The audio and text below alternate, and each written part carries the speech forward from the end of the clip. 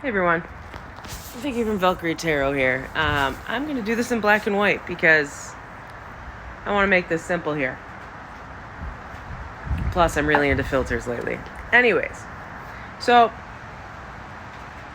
Halloween has just come and passed, and someone came up to me, and while I was at work, because I was in a modern witch, living in a muggle world t-shirt, and I had some of those runes on my face, and they were like, so wait, are you a witch? And I go, well, I don't identify as one, but I have a lot of respect for the spiritual practices that Wiccans do. And then it spun off into this like half an hour discussion about, well, but what do you consider yourself? And I was like, well, I'm raised Catholic. My uncle's a priest, I do believe in Catholic traditions. But I do also respect other spiritual traditions. I would say that I am more of a spiritual practitioner than based in one religion. And he's like, well, how can you be that? And I was like, well, I see modern religion as a man-made need to explain the unexplainable, right? It brings society together. In the past, it was law. We see that in some other countries. And he's like, right. But do you follow the Bible? I go, I believe the Bible is a collection of beautiful stories and recommendations on how to be a good neighbor and how to be a good person. Yes. And he's like, right, but like the Bible says that, necromancy is wrong. And I go, nothing about what I do is necromancy. I'm not trying to raise someone from the dead. And he's like, right, but like you do tarot and everything. And I was like, correct. And he's like, but so like foreshadowing and reading the future and necromancy, like the Bible clearly says that that's bad. And I go, in the story, it does say that you are supposed to be careful with that, and that God, whatever you want to call it based on your religion, basically says that you shouldn't be asking questions of those beings, that you should be living in the here and now. And I explained that tarot, or oracle readings or intuitive readings, it's not reading the future. It's telling you possibilities. It's giving you advice on paths that you want to take in your life. Okay. And he's like, right, but like the Bible says that being a seer is bad. And I go, wrong. The Bible actually praises people who have had the sight and the ability to speak to God or the heavens or the spirits or the universal consciousness, whatever. I'm a Reiki master. We believe that Jesus was a enlightened master. He healed with his hands, which is the basis of Reiki.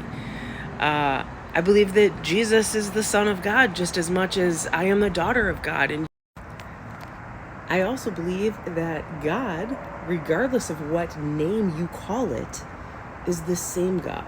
There is one God. There is one creator of everything that we know. Some religions call it God, some call him Yahweh, some call it Mano. Like it's whatever religion you are. I think it's all the same deity, to be honest. But, call them what you will if it makes you comfortable. I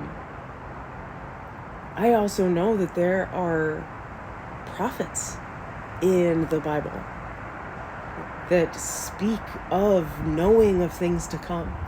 There are saints that were literally canonized because they could speak to God or speak to an angel or speak to a spirit. So that is why I can say that I am Roman Catholic and be okay with these gifts that I've learned how to hone in on. Okay.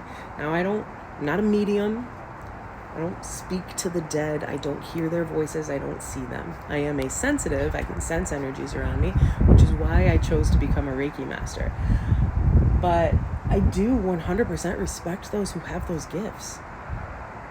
And having those gifts, just like in Spider-Man, you are given this great power, and with it becomes a responsibility not only to do things the right way, but also to treat people the right way and educate. Okay? When we are talking about the mystical arts and we're talking about witches, okay, witches are not always evil. Okay? They've been given an evil connotation in Hollywood and in history, but as we know, witches in the past, especially if we're talking about Salem, the witch hunt was all about a money grab. It was all about a land grab. It was all about jealousy.